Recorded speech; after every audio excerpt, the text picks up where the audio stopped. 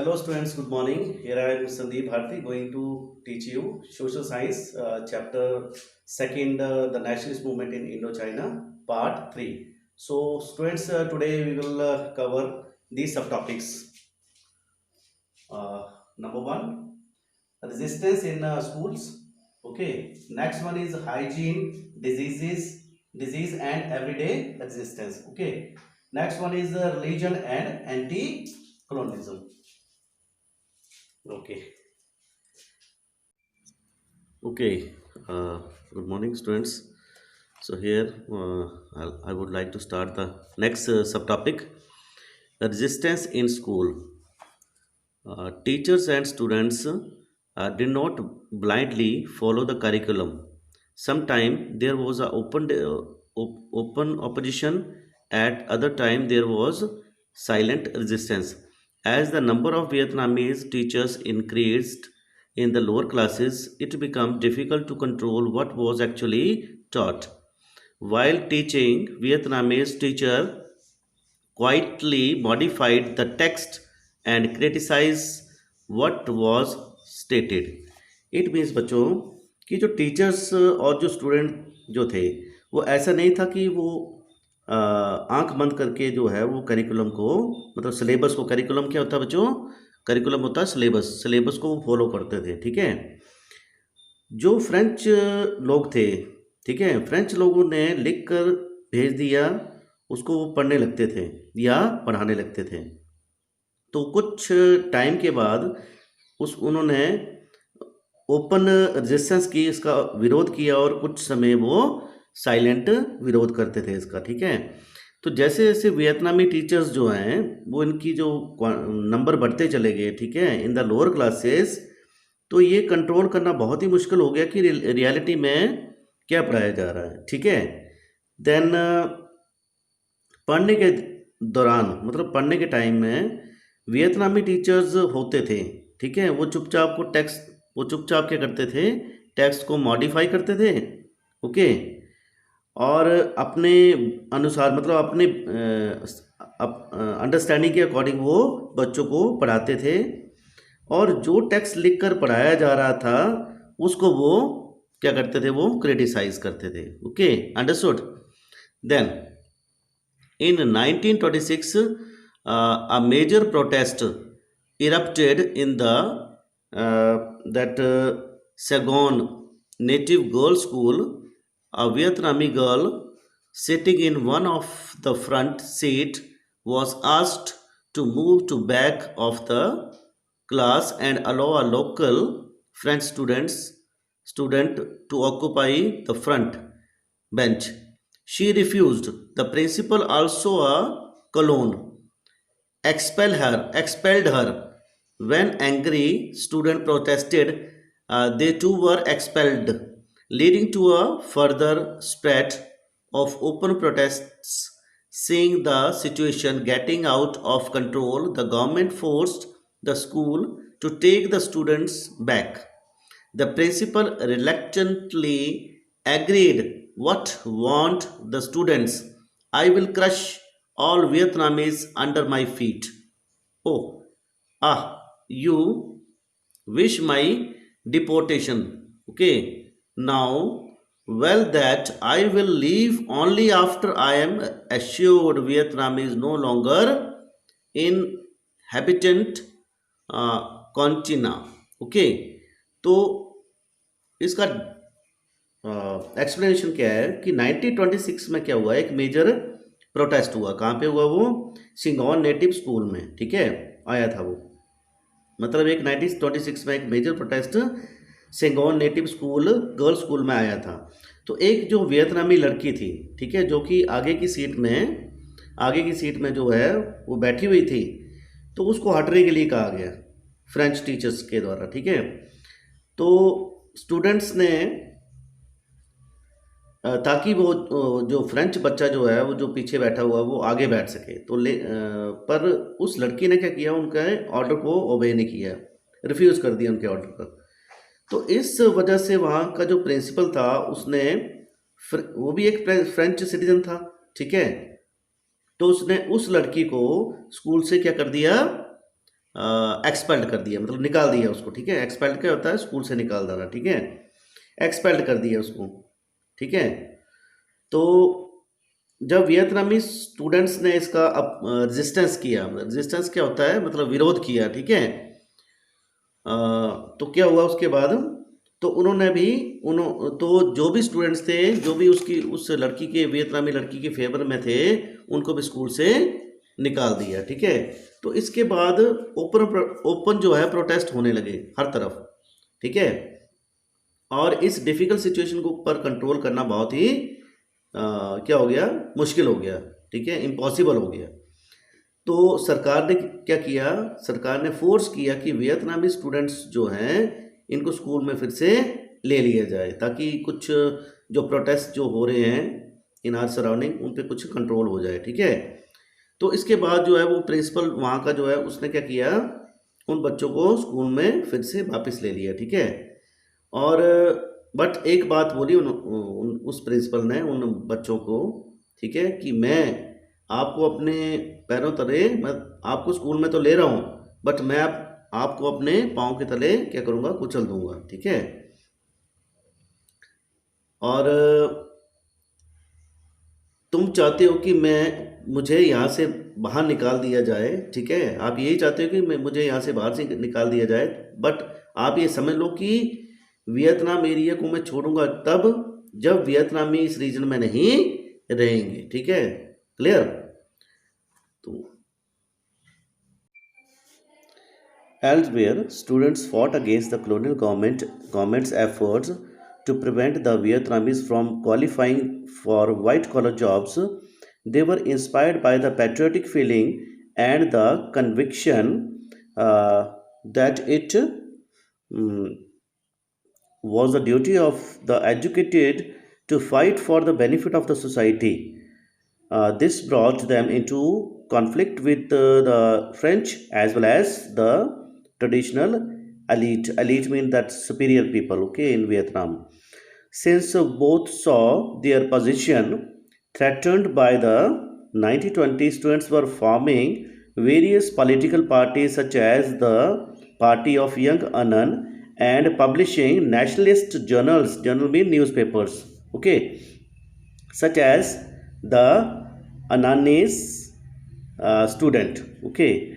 सो Vietnam के जो students थे, ठीक है, अब उन्होंने जो भी ये गलत काम हुआ, ठीक है, स्कूल में, ठीक है, इसका विद्रोह किया उन्होंने, ठीक है। And they started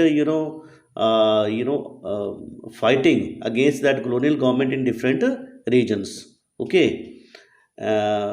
because they wanted to that prevent, okay, मतलब कॉलोनियल गवर्नमेंट जो थी ना, कॉलोनियल गवर्नमेंट चाहती थी कि वो प्रिवेंट करना चाहती थी वियतनामीज को, ताकि वो वाइट कॉलर जॉब्स में क्वालिफाई कर सकें, ओके। देन उसके बाद क्या हुआ, इससे काफ़ी ज़्यादा लोग जो है काफ़ी ज़्यादा लोग जो है वो इंस्पायर हुए, ठीक है। और उनमें पैट्रियोटिक फीलिंग्स, मतलब देश के लिए देशभक्ति की भावना, मतलब उनमें डेवलप हुई। और वो इस बात से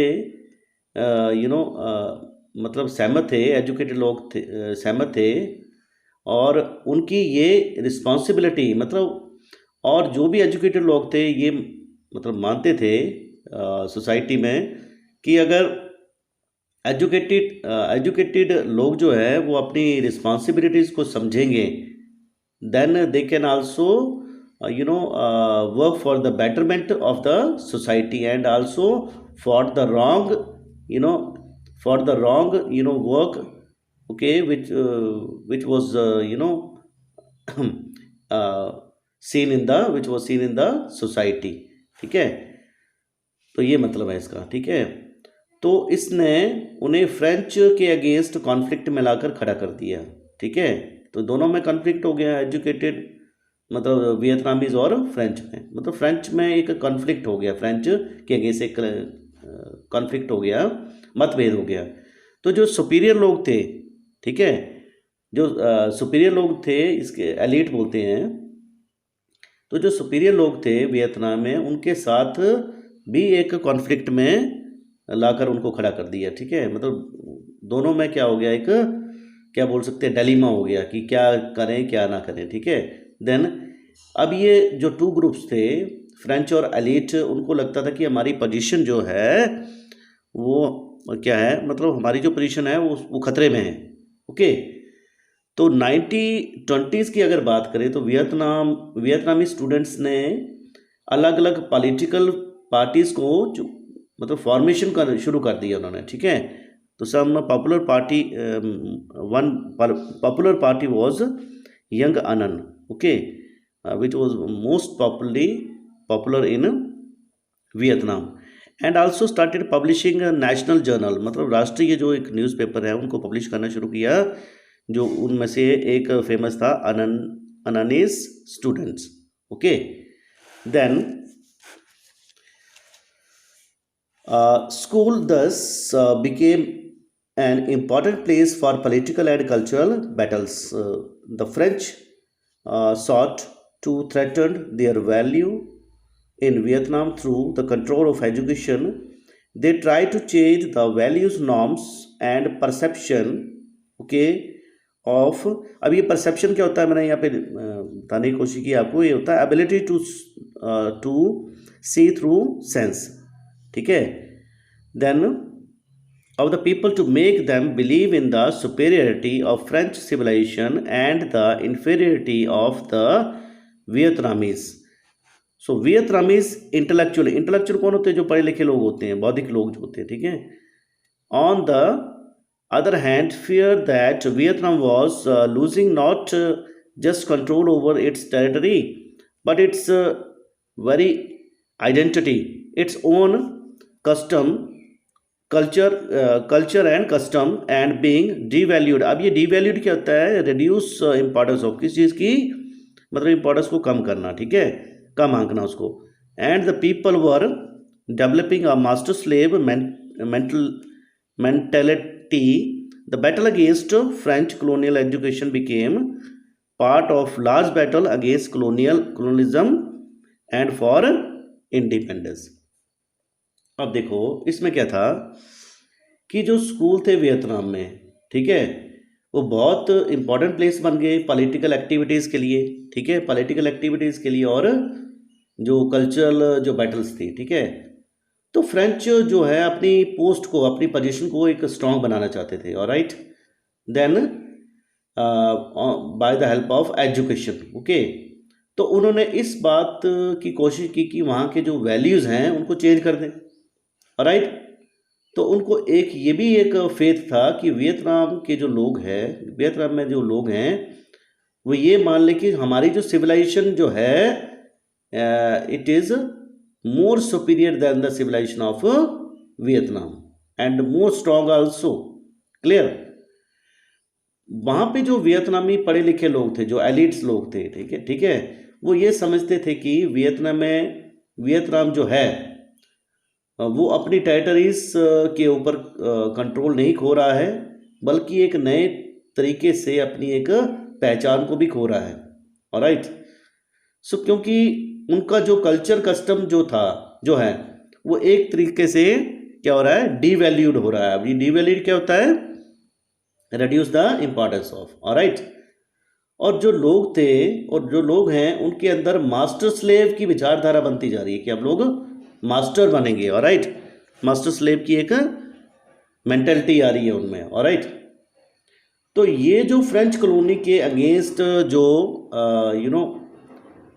जो विरोध था, जो रेजिस्टेंस थी, ठीक है, एक बहुत बड़ा बैटल बन गई, ऑलराइट। और आगे चल के कॉलोनियलिज्म के विरोध में क्या हुआ, उन्होंने एक बैटल लड़ी, जो कि एक बैटल थी, बैटल फॉर द इंडिपेंडेंस, जो कि एक मामला सामने आया, ऑलराइट।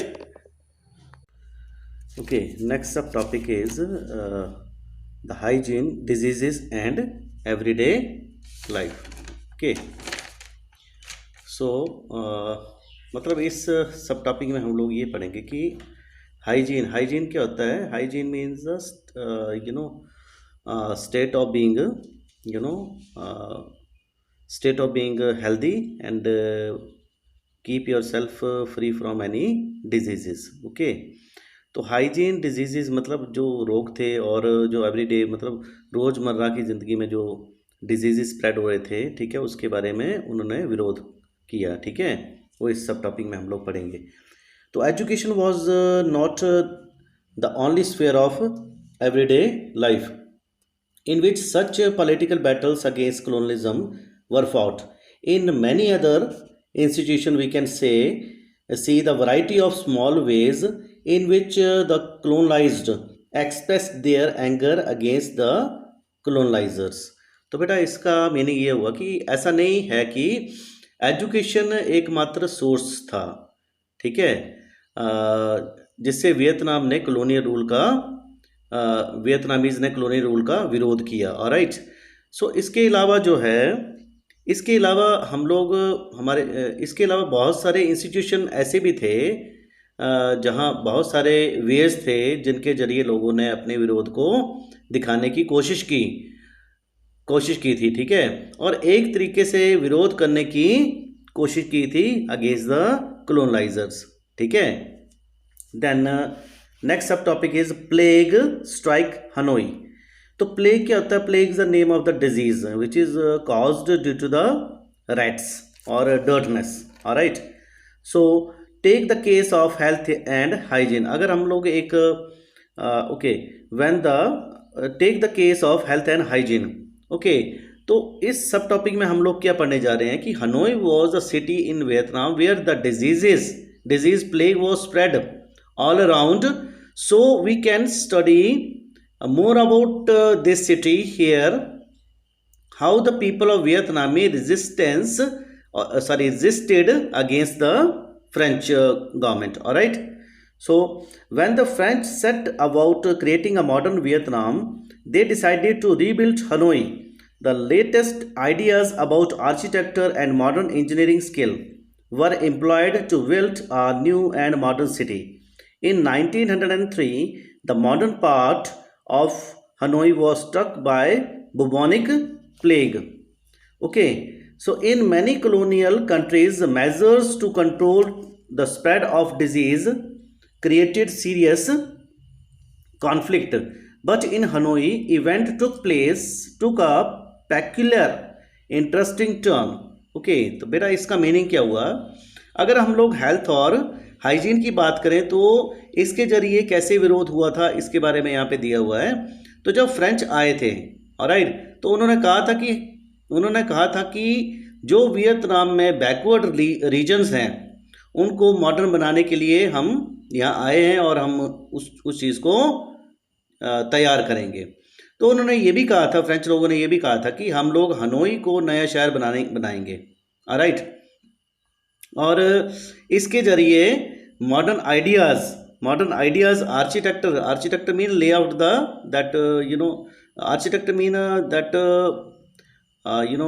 बिल्डिंग्स, ओके, और मॉडर्न इंजीनियरिंग स्किल्स, ठीक है, को वियतनाम में लाने की कोशिश करेंगे। ऑलराइट, तो इसके लिए उन्होंने मॉडर्न स्किल्स आर्किटेक्टर का यूज़ किया था। ऑलराइट, क्लियर, ताकि हनोई को मॉडर्न शहर बनाया जा सके।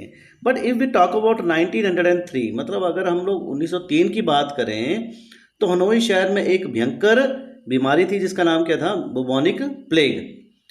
तो बहुत ज़्यादा मात्रा में ये फैल गया था। It was spread widely in all around areas.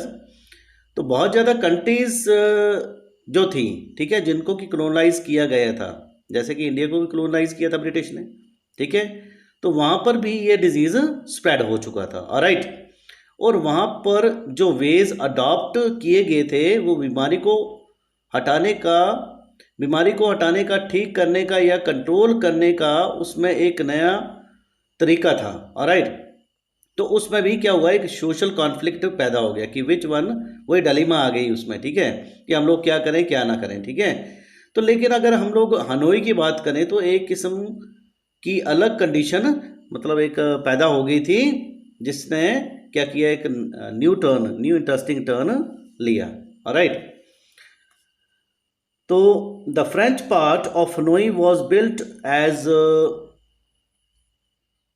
Beautiful and clean city with wide avenues, avenues क्या होते हैं, चौड़े चौड़े रास्ते जो होते हैं, ठीक है। And well lay down severe system, severe system क्या होता है, नालियाँ वगैरह जिसमें कि गंदगी को हम लोग ड्रेन कर सके। ऑलराइट, ऑलराइट, यहाँ तक हम लोग इसको स्टॉप करते हैं। मैं इसको थोड़ा एक्सप्लेन करूँगा आपको।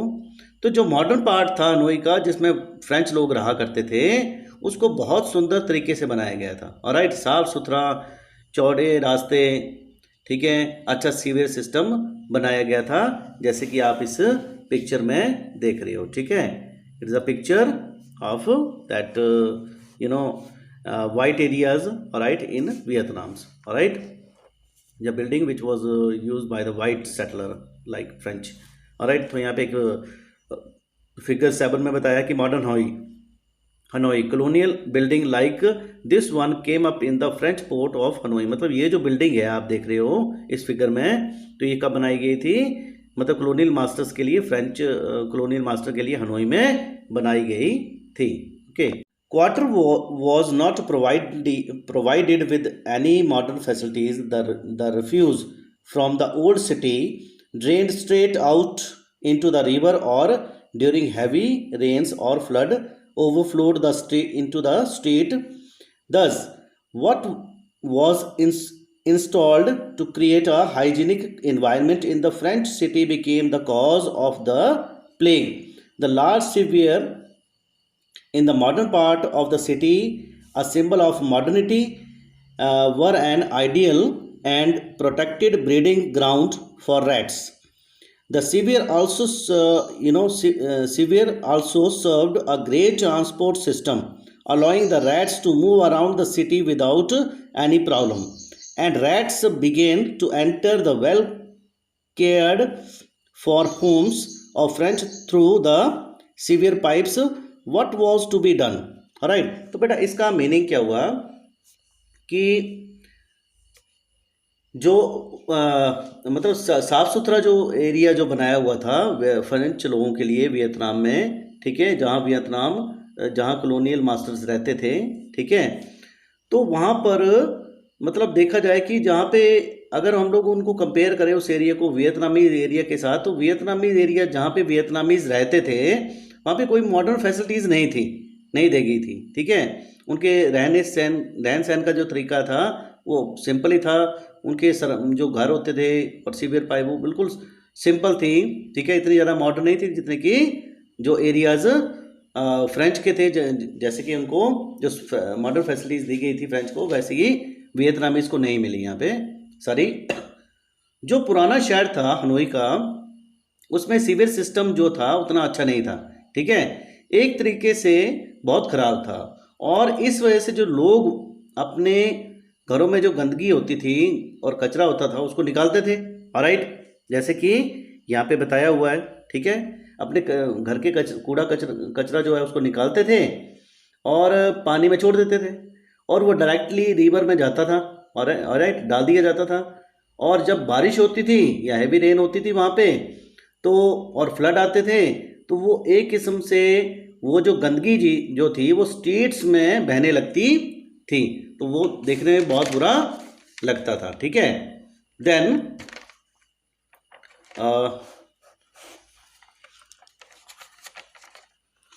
सॉरी, द रैट सेंट, ठीक है, सॉरी, इसका मैं यहाँ पे new sub topic, the rat hunt, mean चूहों को मारने का process. To stem this invasion, a rat hunt was started in 1902। The French hired Vietnamese workers and paid them for each rat they caught. Rat began to be caught in thousands on 30th May. For instance, 20,000 were caught, but still there seems to be no end. For the Vietnamese, the rat hunt seemed to provide an early lesson in the success of collective bargaining. Those who did the dirty work of entering Sevier found that if they came together they could negotiate a higher bounty. Bounty क्या होता है, इनाम. They also discovered innovative ways to profit from this situation.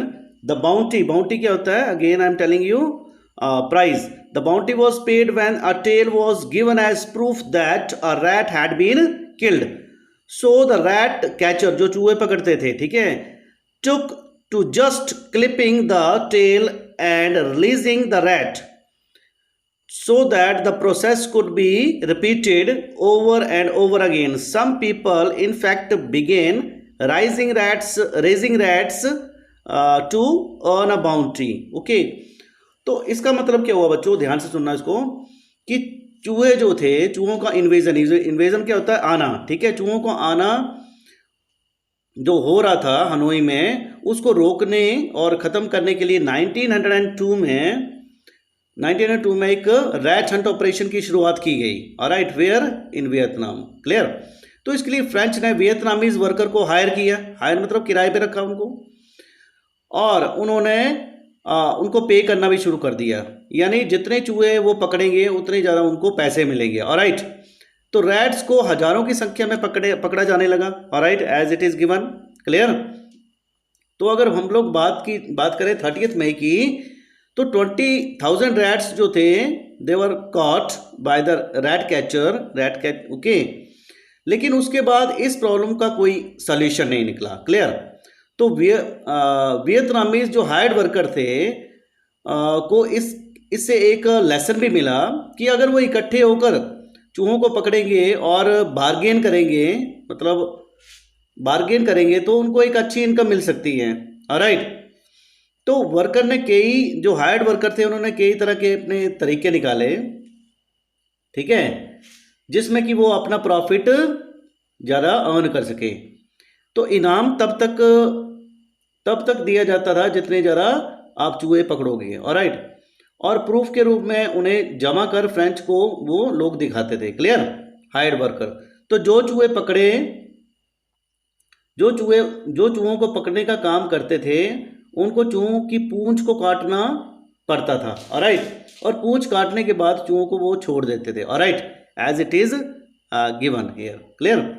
तो वो पूंछ काट के उन चूहों को छोड़ देते थे ताकि चूहे पकड़ने का प्रोसेस चलता रहे और चूहे बार बार आए और हम उन्हें पूंछ काट कर ज़्यादा पैसे कमाएं. तो बहुत ज़्यादा लोगों ने चूहों को पालना शुरू भी कर दिया. ऑलराइट, ये जैसे यहाँ बताया हुआ है, बहुत ज़्यादा लोगों ने क्या किया, बाउंटी की लालच में उन्होंने क्या किया, बहुत सारे चूहों को पालना शुरू कर दिया ताकि उन्हें ज़्यादा पैसे मिल सकें. Alright, next.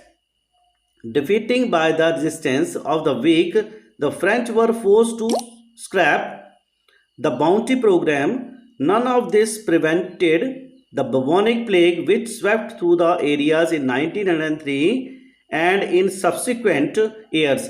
In a ways, the rat menace marks the limits of French power and the contradiction in their civilizing mission,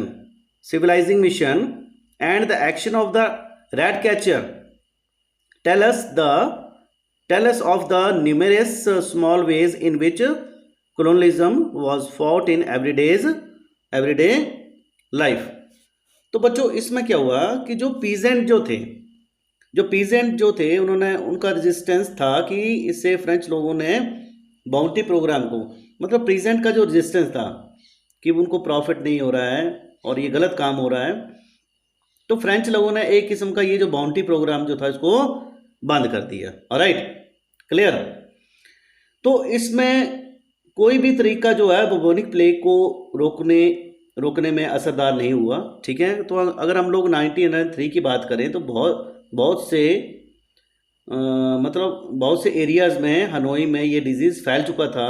ठीक है, और चूहों ने फ्रेंच को एक किस्म का डिफीट कर दिया था, हरा दिया था. क्लियर. और उनकी सिविलाइजेशन को क्या कर दिया था, कॉन्ट्राडिक्शन कर दिया था. ठीक है, और तो इसके अलावा यहाँ पे मैं आपको कॉन्ट्राडिक्शन का एक छोटा सा मीनिंग बताऊंगा. कॉन्ट्राडिक्शन का मीनिंग होता है बेटा एक अंत विरोध करना. ठीक है, a combination of the statement ideas. ठीक है, a combination of statement of idea, collective idea जो होते हैं. ठीक है, तो एक किस्म का कॉन्ट्राडिक्शन कर दिया उन्होंने. ठीक है, और इसके अलावा जो रैट कैचर जो थे, ठीक है, जो रैट कैचर जो थे उन्होंने दिखाया कि आम लोग जो है अलग अलग तरीक़ों से सरकार का विरोध कर रहे थे. ऑलराइट. देन नेक्स्ट सब topic the religions and anti colonialism. तो इस सब टॉपिक में आप पढ़ोगे कि किस तरह जो धर्म जो है उसका यूज़ किया गया सरकार को, मतलब गवर्नमेंट को रजिस्ट करने के लिए. Okay. The colonial domination was exercised by control over all areas of private and public life. The French occupied Vietnam militarily, but they also sought to reshape social and cultural life. While religion played an important role in strengthening colonial control, it also provided way of resistance. Let us consider how this happened. This happened. Sorry. Okay. तो colonial domination जो था उसको exercise किया जा रहा था, check मतलब समझा जा रहा था उसको. जो सभी एरियाज़ थे वियतनाम में, वो पब्लिक और प्राइवेट लाइफ के सभी इलाकों में, सभी रीजन्स में फ्रेंच को पब्लिक और प्राइवेट लाइफ में फेस करना पड़ रहा था. तो फ्रेंच ने वियतनाम को मिलिट्रीली ओके के बल पर ऑक्यूपाई किया, ये तो आप जानते ही हो. ठीक है. तो वो चाहते थे कि वियतनाम की कल्चर और पॉलिटिकल लाइफ को शेप किया जा सके. और राइट, जो रिलीजन था उसको एक तरीके से इम्पॉर्टेंट रोल प्ले किया गया था. क्लियर. तो कॉलोनियल कंट्रोल को बनाने के लिए, लेकिन इसमें एक किस्म का तरीका भी लोगों को दिया था. और राइट, तो विरोध करने के लिए वो किस तरीके से बिलीव कर रहे थे वो इसमें बताया गया है. Clear. Then Vietnam religious belief were a mixture of Buddhism, Confucianism and local practices. Christianity, introduced by French missionaries, was intolerant of this easygoing attitude and viewed the Vietnamese tendency to revere the supernatural as something to be corrected. मतलब जो Vietnam का जो religious belief था वो कई तरह के religion से एक मतलब एक कंसिस्ट करता था, मिक्सचर था. ठीक है. तो उसमें बुद्धिज़्म भी आते थे, कॉन्फ्यूसिज्म भी आते थे, लोकल प्रैक्टिसेस भी आते थे, और वो वहाँ पे काफ़ी फेमस थे. ऑलराइट. तो क्रिश्चियनिटी जो फ्रेंच ने शुरू किया था वो एक किस्म का इनटॉलरेंट था, उसको पसंद नहीं करते थे. ठीक है लोग. बाकी रिलीजन की नज़र में अगर क्रिश्चियनिटी रिलीजन की नज़र में देखा जाए तो क्रिश्चियनिटी जो थी वो वियतनाम के कल्चर और रिलीजन को एक प्रैक्टिसेस को एक बेकार चीज़ मानती थी. ऑलराइट. देन वो चाहते थे कि इनमें और इम्प्रूवमेंट करनी चाहिए. Alright. Then from the 18th century many religious movements were hostile to Western presence. An early movement against French control and spread of Christianity was the Scholar Revolt in 1868. This revolt was led by officials at the imperial court, angered by the spread of Catholicism and French power. Alright. तो इसका मतलब क्या हुआ, 18th century में के समय में बहुत सारे रिलीजियस मूवमेंट चल रही थी वहाँ पे वियतनाम में, जो वेस्टर्न प्रैक्टिसेस गवर्नमेंट के खिलाफ थी. ऑलराइट. सबसे शुरुआती रिलीजियस रिवोल्ट जो था वो क्रिश्चियनिटी के खिलाफ में था. ठीक है. तो 1868 में हुआ था, जिसको कि हम लोग स्कॉलर रिवोल्ट के नाम से भी जानते हैं. ऑलराइट.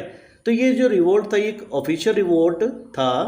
इसके द्वारा ये कहा गया था कि जो इंपीरियल कोर्ट में रहते हैं और ये लोग काफ़ी ज़्यादा गुस्से में थे. ऑलराइट. तो कैथोलिज्म धर्म का प्रचार किया जा रहा था. ऑलराइट. क्लियर. कैथोलिज्म धर्म का एक प्रचार किया जा रहा था इसमें. Clear.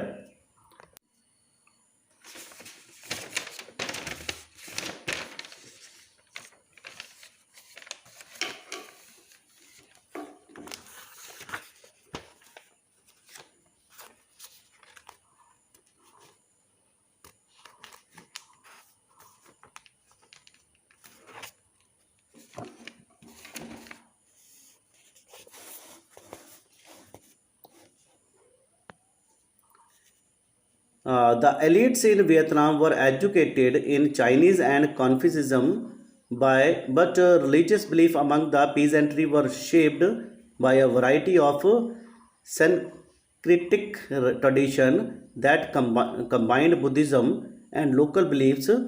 There were many popular religions in Vietnam that were spread by people who claimed to have seen a vision of God. Some of these religious movements supported the French, but other inspired movements against colonial rule. तो बच्चों इसका मतलब क्या हुआ, जो top class के जो लोग थे वियतनाम में, वो चाइनीज़ में उनका एजुकेशन था, ऑलराइट, जैसे कि इसमें बताया गया है, क्लियर. तो उनका जो धर्म था वो था कॉन्फ्यूसिज्म, उसको यूज़ करते थे वो. लेकिन जो रिलीजियस बिलीफ था पीजेंट्री के बीच में, वर्कर के बीच में, उसको शेप दिया गया अलग अलग ट्रेडिशन से, जिसमें मिक्सचर था बुद्धिज़्म और लोकल बिलीफ का. तो वियतनाम में बहुत अलग तरह के धर्म प्रचलित थे, ठीक है. और धर्म उन लोगों द्वारा प्रचलित किए गए थे जिनका ये दावा था, ठीक है, जिनका एक दावा था कि उन्होंने भगवान को देखा हुआ है या फिर वो भगवान से मिले हुए हैं, ठीक है. तो इसमें बहुत सारे ऐसे मूवमेंट थे जिन्होंने फ्रेंच को सपोर्ट किया, परंतु बहुत सारे लोग ऐसे भी थे जिन्होंने फ्रेंच को, वियतनामीज को फ्रेंच के अगेंस्ट खड़ा होने के लिए इंस्पायर्ड भी किया था. Okay. One such movement was how it began in 1939 and gained great popularity in the fertile Mekong Delta area. It drew on religious ideas popular in anti-French uprising of the 19th century. तो बच्चों इस तरीके का एक movement how जो कि 1939 में Mekong delta reason में काफ़ी ज़्यादा पॉपुलर हुआ था, ये रिलीजियस आइडियाज़ के जरिए हुआ था, ऑलराइट. तो इसमें एंटी अपराइजिंग हुआ था, विद्रोह हुआ था 19वीं सेंचुरी में, जो काफ़ी उसने लोगों को हेल्प किया था, ठीक है. Then the founder of Hao was man called Huynh Phu So. He performed miracle and help the poor. His criticism against useless expenditure had a wide appeal. Appeal होता request. He also opposed the sale of child brides, gambling and the use of alcohol and opium. तो founder जो थे Hao movement के, वो कौन थे? Huynh Phu So. ये जादू टोना करते थे, ऑलराइट, मतलब जादू टोना जानते ही हो आप, ठीक है. गरीबों की हेल्प भी करते थे. और ये जो पर्सन थे ये मानते थे कि बेकार के खर्चे नहीं होने चाहिए, और वो इसका विरोध भी करते थे, ऑलराइट. तो ये बाल विवाह के खिलाफ भी थे, जुआ खेलने के खिलाफ थे, शराब के खिलाफ थे, अफीम के खिलाफ थे, alright, clear. Then the French tried to suppress the movement inspired by Huynh Phu So. They declared him, called him the mad bonze and put him in mental asylum. Interestingly, the doctor who had to prove him insane became his follower, and finally in 1941 even the French doctor declared that he was a sane. The French authority exiled him to Laos and sent many of his followers to concentration camp. तो French ने इस movement को दबाने की कोशिश की, alright, clear. तो French ने हॉन पू सो को पागल घोषित कर दिया और इसे मैड बॉन्जे कहने लगे और इसे पागल खाने में डाल दिया, ऑलराइट. इंटरेस्टिंग बात ये थी कि जिस डॉक्टर को रिस्पॉन्सिबिलिटी दी गई थी कि इसे पागल घोषित करना है इस पर्सन को, ऑलराइट, तो बाद में वही डॉक्टर उसका फॉलोअर भी बन गया था. तो बाद में 1941 की बात की जाए तो उस टाइम में फ्रेंच डॉक्टर ने घोषित कर दिया कि वो पागल नहीं है. कौन? हुन पू सो, क्लियर. तो फ्रेंच अथॉरिटी ने उसे लाओस भेज दिया, ठीक है, उसको लाओस भेज दिया और देश से भी निकाल दिया और उसको कॉन्सेंट्रेशन कैंप में रख दिया. अब ये कॉन्सेंट्रेशन कैंप्स क्या होते हैं? मतलब एक कॉन्सेंट्रेशन कैंप्स एक ऐसे कैंप होते हैं, these are the camps made for the people who are, लिख लो इसको आप, concentration camps mean the camp which are made for the people who are against the government और रजिस्टेड. इसको बोलते हैं कॉन्सेंट्रेशन कैंप. जैसे कि आपने 9th में हिटलर के चैप्टर में आपने पढ़ा होगा, हिटलर ने जैसे ज्यूज को, पीपल ऑफ इजराइल को कॉन्सेंट्रेशन कैंप में रखा था, वही बात है यहाँ पे भी same, clear, understood. The movement like this always had a contradictory relationship with the mainstream nationalism. Political party often drew upon their support but were uneasy about their activities. They could neither control or discipline these groups nor support their ritual and practices. Yet the significance of this movement in arousing anti-imperialist sentiment should not be under estimate. तो इसका मतलब क्या हुआ बच्चों, इस तरीके के जो भी मूवमेंट थे वो एक तरीके से उनको एक कॉन्ट्राडिक्टरी रिलेशनशिप था उनमें। मेन स्ट्रीम नेशनलिज्म से जो पॉलिटिकल पार्टीज थी वहाँ पे वो उन मूवमेंट से सपोर्ट तो लेते थे बट इन मूवमेंट्स की एक्टिविटीज से बहुत ज़्यादा वो चिंतित भी थे वो, ठीक है। वो डायरेक्टरी इन कंट्रोल्स को भी नहीं कर सकते थे, डिसिप्लिन भी नहीं कर सकते थे, मतलब उनको कंट्रोल भी नहीं कर सकते थे, डिसिप्लिन भी नहीं कर सकते थे कि ये करो वो करो, ठीक है, तुम्हें ऐसा ये नहीं करना चाहिए जो भी है।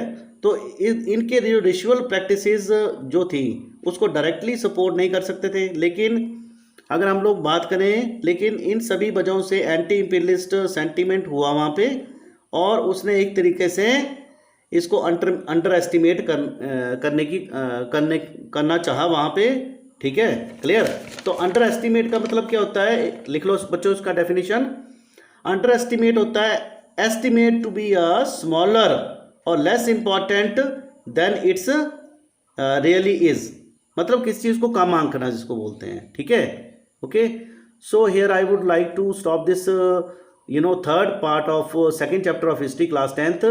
So I am also attach some exercise questions, so you may do these questions, and if you have any problem, then you can write your queries in the comment box in my YouTube channel Social Science Guruji. Thank you very much.